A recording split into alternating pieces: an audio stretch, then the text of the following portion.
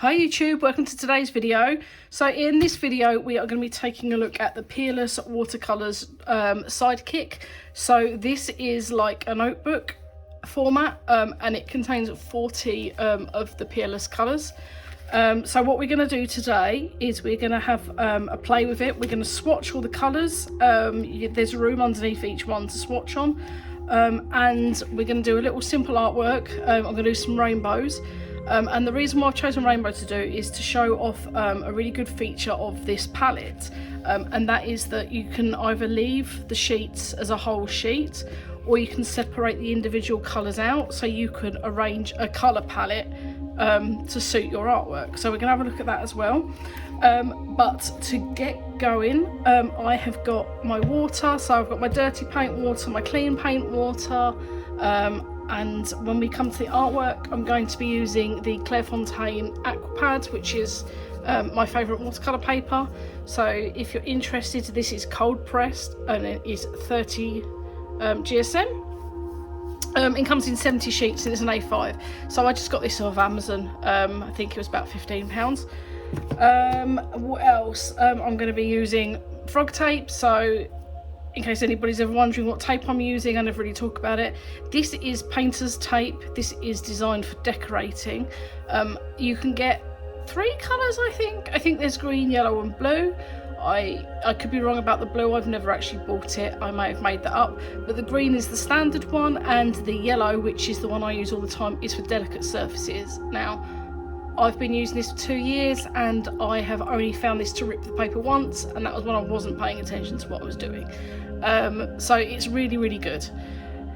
As well, I've got my usual rag. I use watercolour, and I'm going to be using this brush today, which I believe came with either an up crate or a scrawler box, but it's just like a little flat brush. So anyway, let us begin. So I'm not going to do all this swatching live. We'll do a few colours. I'll put it in time lapse because there's a lot in here and it's going to be extremely boring for you to watch. But now you know I've got my water, so I'm going to get them out of the way a little bit. Okay, so we first have alizarin red. So the good thing about these watercolours is you just need a tiny little bit on your paintbrush. And this paintbrush isn't very good. And you can get a lot of colour there. So I think I'm going to have to dab this. I've put way too much colour, water on. I thought these might be nice clean swatches, but they're not going to be, but never mind. And I've cleaned my brush in the clean water and not the dirty water. So we're off to a really good start. Anyway, so on to blood red. So take a little patch. Just do a little swatch across there. This is quite strange paper. It's probably not going to be an exact replica of what it is. I mean, when you use different papers, you should always do swatches on them to see what your colour is going to look like. Anyway, because you know, you've got ivory paper, white paper, cream paper, and even different paper thickness and textures, your paint will likely appear a bit different. So, okay, we've got Scarlet Vermilion, so our paintbrush is behaving itself now. That first swatch is awful, don't look at that. Onto Nectar. So that's like a brownie red. Okay, and onto Scarlet Lake. So they're all the red ones. Excuse me. So what we can do is, I'll show you now, is we can separate these so they're individuals, and then later on you'll see when I'm using them how that will come into play to create your own colour palettes. Just do that very carefully now. Trying not to make a mess because of course these are highly pigmented and they can get all over your fingers. I'm a bit croaky today, I don't know why. So sorry if I keep clearing my throat. Okay, so let's go on to this last sheet and then I'll do the rest in time lapse.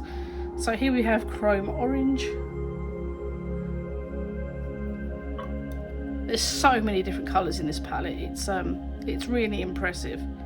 And it's very, very handy for travelling, because it's basically just like a little notebook, so it'll easily slip into your bag. You can even maybe slip it into the front cover of your sketchbook.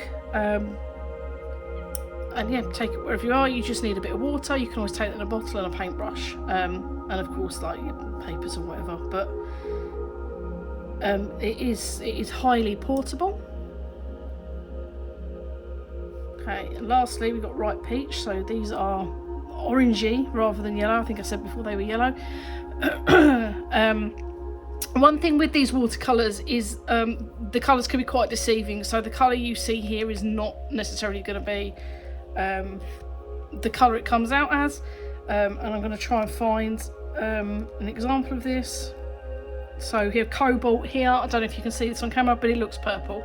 We all know cobalt is not purple. So you will see when you swatch that actually, depending on the pigments, they will turn out different on the swatch than what they actually look like. So be aware of that. And that is another reason why you should always swatch everything. So that's enough rambling from me. I'm going to do this all in time lapse, separate all the sheets out, and we can come back together and do a little bit of art with them.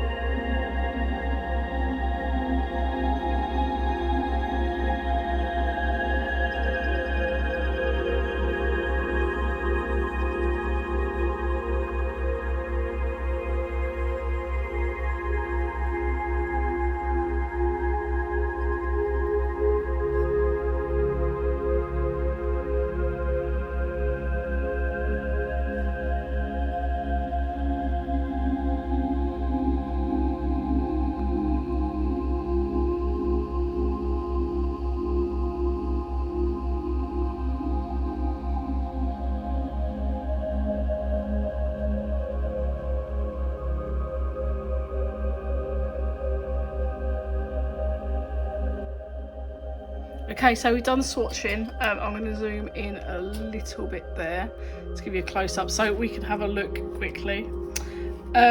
So I've separated them all out. So I just wanted to point out a couple of things to you that I noticed. So we were talking about earlier how the colours sometimes don't appear to be what they are. And the best example I found of this is this Lip Smacker Pink. So if you can see, this appears like an orangey colour. I'm not sure how it appears. I can't see the camera properly, but to me that looks like a goldy orange. It's a very, very bright pink, and there are a few examples of this throughout the palette.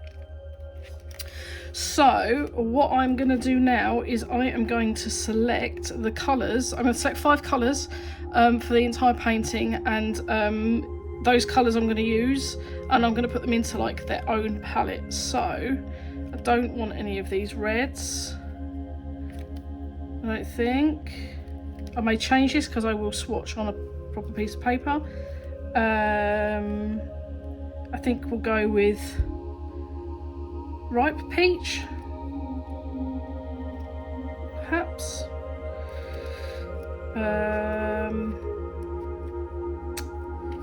Do I want actually, or do I want to go for a more? Actually, I'm going to go gamboge. I'm going to go bamboge for that sort of tone. Okay. So for green, I'm going to go with Viridian green. Oh, I peacock blue, mauve or mixed berry, or oh, the choices. Let's go keep mauve for now. There's an indigo there, so I'm going to go with indigo. We do need like a pink rather than a red. So let's find if we've got so go bubblegum pink. So am I completely happy with these colours? I think so. Let's see. Okay, right. So there are the colours. Here is the card stock, paper stock, the watercolour paper.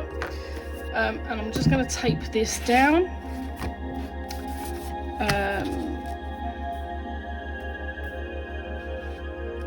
Let's go with this. Okay. Just a side note on this tape that I use, it is, I think, about £5 I pay for it a roll, but it lasts me so long. You know, you think that's, I use it every time I do art, and this lasts me months, so it's really good. It is a lot better value than washi tape. Washi tape is expensive, and actually a lot of people swear by it, but you've got to be really careful with washi tape, because I've had them that are so sticky when they're supposed to be low tack, I could not get them off the paper. And I do find actually more often than not washi will rip the paper, and the real low tack stuff is fine until you use it with wet media, and then it just peels off and the media goes under it.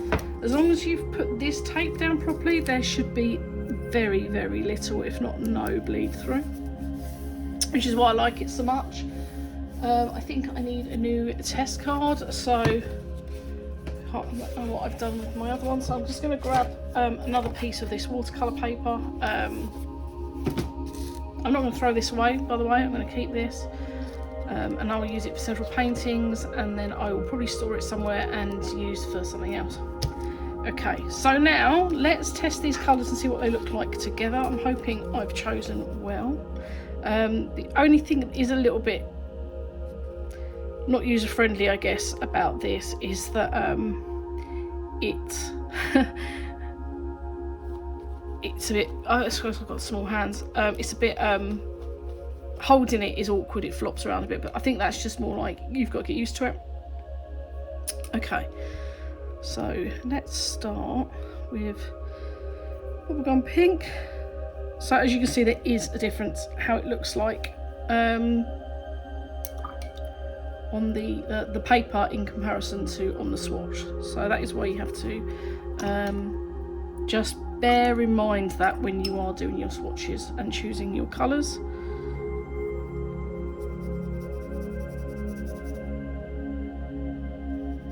This is Autumn's Indigo, which I think is absolutely stunning. I mean, these colours may not even go together, I'm probably still going to use them. These are so vibrant. If you've never used Peerless before, and this is your first time seeing them, they are one of the most vibrant watercolours I've ever seen. Actually, the only other watercolour that I can think of to match the vibrancy is Ecoline. The Ecoline brush pens, which are water soluble markers, so they're not traditional watercolours anyway.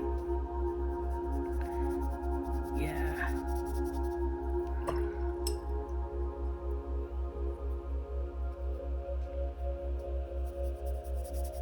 Green's a little bit out of place.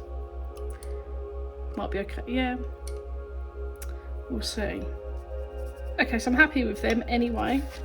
So let us get on with this. So I'm just going to do real simple rainbow shapes, and the idea is I'd like them to sort of, so it's like a watercolour exercise more than anything. I would like them to bleed into each other, and I think that will work really well. So okay, I am gonna start with the pink.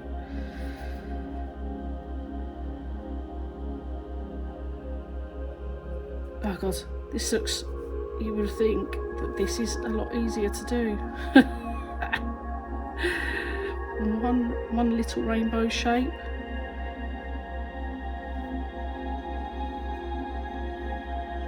Okay, so I'm going to try and leave them quite wet.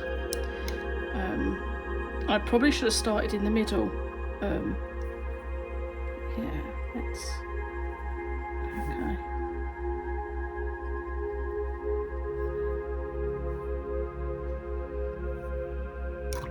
I'm not going to use all the colours for each rainbow as well.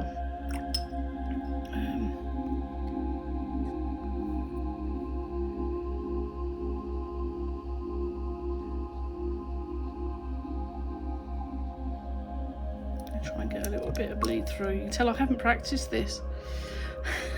I'll do a couple of rainbows with you and I'll do the rest in time lapse. Don't want to bore you. Okay, so let's go this one.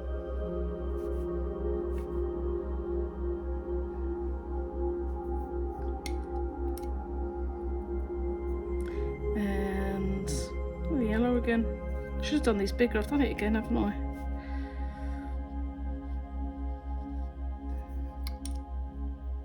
I could do a rainbow with 2.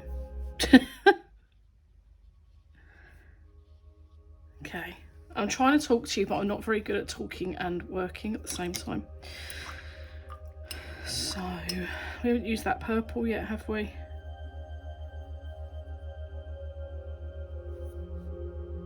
Okay, I'm gonna try and do it properly. Let's start with the little centre.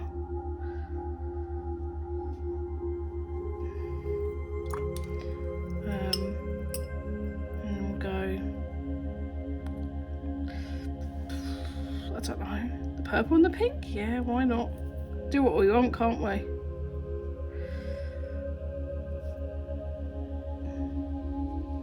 Oh my goodness, I've messed that right up.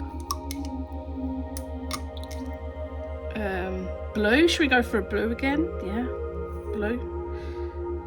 Now it's a shame because that green's not wet still. So what I will do, oh my goodness me, this is a the bad thing about this is I'm having to give up control to do this. I'm quite a controlled person when it comes to art, so recently I've been trying to do like stuff that's not so controlled and push myself out my comfort zone. I did a portrait of Chris Pratt the other day.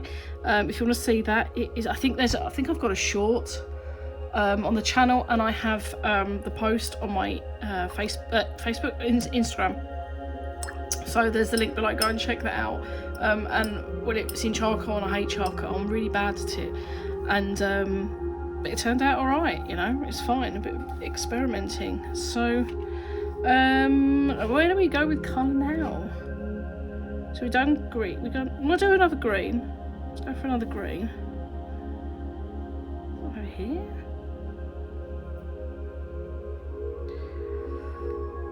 Oh look, get the hang of this now. Green. What about that pink? Green and the pink? Yeah.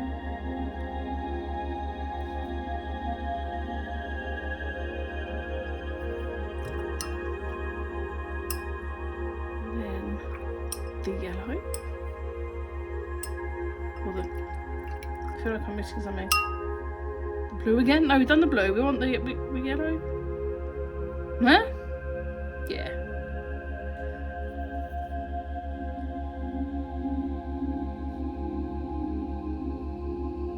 Yeah, that's what I wanted. All the colours started to really, it's a nice, really nice, fun effect.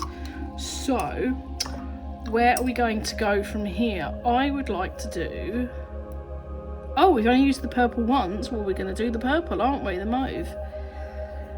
And we've only done it little, so we're going to do it big this time. This is so strange for me to do this. Okay, I'm going to stop rambling in a minute. I'm going to go in time lapse and finish this off, because I think you're probably bored and thinking just shut up and get on with it.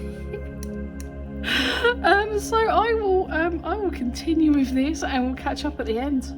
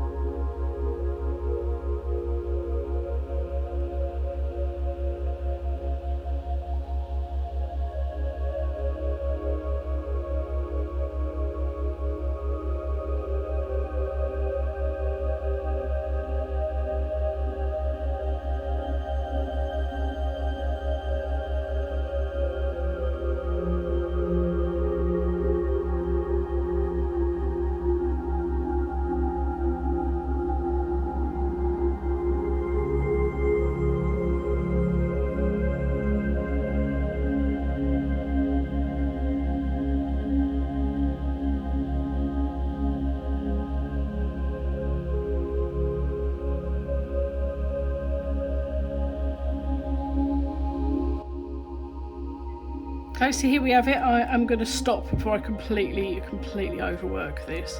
I think it's a mess, but I think it's quite a pretty mess.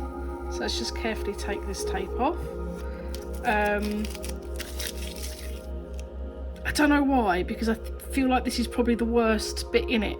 I'm really loving the way the yellow was bled into this one, and I don't know why, because I feel like I should hate that. But I think it's actually my favourite bit. Let's take these off. Oh, it's so satisfying taking the tape off, isn't it? Okay. Oh, here we go. I'm really hoping it doesn't rip, because I've said it doesn't rip the paper. I don't want it to show me up. There we go. Okay.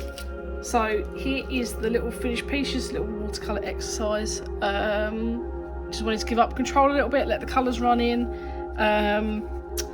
Just a little note on the paper as well, as you can notice it hasn't buckled, and as I said before, this is the Clairefontaine Aqua Pad, so I highly recommend this if you like cold pressed paper. Yeah, so I think we'll leave it there. I'm not going to ramble anymore. I've been rambling at you for I don't even know how long, but I've had a really good time and I hope you've enjoyed it. If you really would like to buy some of these watercolours for yourself, I will leave you a link below. If you visit that link to the Peerless Watercolours website and use the code ZoeHartist at checkout, it will get you 15% off your first order, and I believe that's the entirety of your order. There is not a huge amount of stock on the website, so I won't link you directly to these. I'll just give you a general link to the shop so you can have a browse and see what other bits and bobs they've got in there. But I do highly recommend this. It's got a really good sort of like selection of colours, and I really do like this feature where you can sort of build your own palette. It is limited, you know, if you want two in the same stack, it doesn't make it quite so easy. But if, like what I did here was to take one from each, I'm going to call them a stack, I've been calling them a stack, one from each stack, and use that. It works really well in that way.